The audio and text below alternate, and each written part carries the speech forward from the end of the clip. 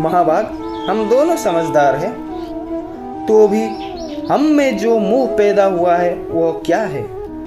विवेक शून्य पुरुष की भांति मुझ में और इसमें भी यह मूढ़ता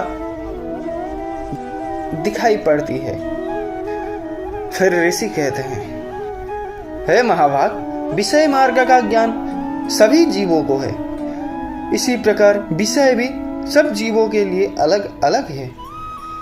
कुछ प्राणी दिन में नहीं देखते, कुछ रात में नहीं देखते, तथा कुछ जीव ऐसे भी हैं जो दिन और रात्रि में बराबर देखते हैं। यह ठीक है कि मनुष्य समझदार होते हैं, किंतु केवल वे ही ऐसे नहीं होते हैं। पशु, पक्षी, मृग आदि सभी प्राणी भी समझदार होते हैं।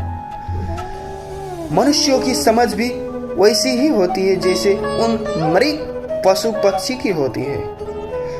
यह तथा अन्य प्राय बातें भी दोनों में समान है। समझदार होते हुए भी इन पक्षियों को तो देखो, ये खुद भूख से पीड़ित होकर भी अपने बच्चों के चोंच में कितने चाव से खाना डाल रही है। नरश्रेष्ठ, क्या तुम नहीं देखते कि ये मनुष्य समझदार होते हुए भी लोग बस अपने किए हुए उपकार का बदला पाने के लिए अपने पुत्रों की अभिलाषा करते हैं? तथापि उन सब में समझ की कमी नहीं है। तथापि वे संसार की स्थिति बनाए रखने वाले भगवती महामाया के प्रभाव द्वारा ममतामय भंवर से युक्त मोह के गहरे गर्त में गिराए गए हुए हैं। इसीलिए इसमें आश्चर्य नहीं करना चाहिए। जगदीश्वर भगवान विष्णु की योग निद्रा रूपा जो महामाया है, उन्हीं से ये जगत मोहित हो रहा है। वो भगवती महामाया देवी ज्ञानियों के चित्त को भी खींचकर मोह में डाल देती है।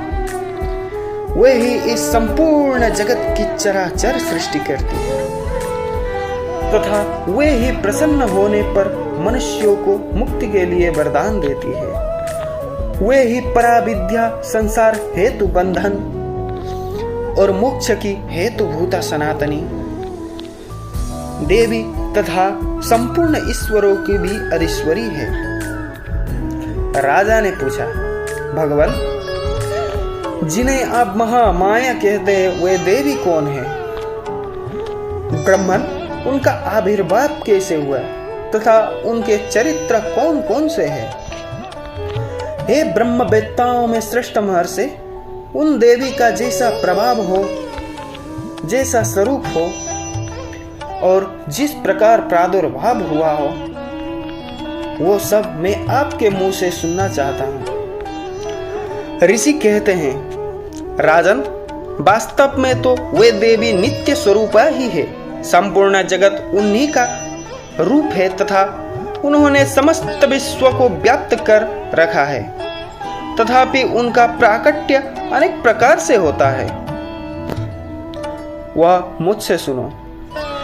यद्यपि वे नित्य और अजन्मा है, तथापि जब देवताओं का कार्य सिद्ध करने के लिए प्रकट होती है, उस समय लोक में उत्पन्न हुई कहलाती है। कल्प के अंत में जब संपूर्ण जगत एक कारण में निमग्न हो रहा था और सबके प्रभु भगवान विष्णु शेषनाग की सैया बिछाकर योग निद्रा का आश्रय ले सो रहे थे, उस समय उनके कानों के मेले से ही दो भयंकर असुर उत्पन्न हुए, जो मधु और केटव के नाम से विख्यात थे। वे दोनों ब्रह्मा जी का वध करने के लिए तैयार हो गए। भगवान विष्णु के नाभि कमल में विराजमान प्रजापति ब्रह्मा जी ने जब उन दोनों भयानक असुरों को अपने पास आया और भगवान को सोया हुआ देखा, तब एकाग्रचित्त होकर उन्होंने भगवान विष्णु को जगाने के लिए उनके नेत्रों में निवास करने वाली योग निद्रा का स्तवन आरंभ किया, जो इस विश्व की अधीश्वरी, जगत को धारण करने वाले, संसार का पालन करने और संहार करने वाली तथा तेज स्वरूप भगवान विष्णु की अनुपम शांति और शक्ति है। उन्हें भगवती निद्रा देवी की भगवान ब्रह्मा स्तुति करने लगे। ब्रह्मा जी ने कहा, देवी तुम ही स्वाहा, तुम ही स्वधा और तुम ही वसटकार हो। स्वर भी तुम्हारे ही स्वरूप है, तुम ही जीवन दायिनी सुधा हो। नित्य अक्षर प्रणव। दोस्तों, आज की कथा बस यही तक थी। इससे आगे जो कथा होने वाली है, इसी से जुड़े हुए आगे जो कथा है वो आने वाले वीडियो में मैं आपको सुनाऊंगा। राधे राधे।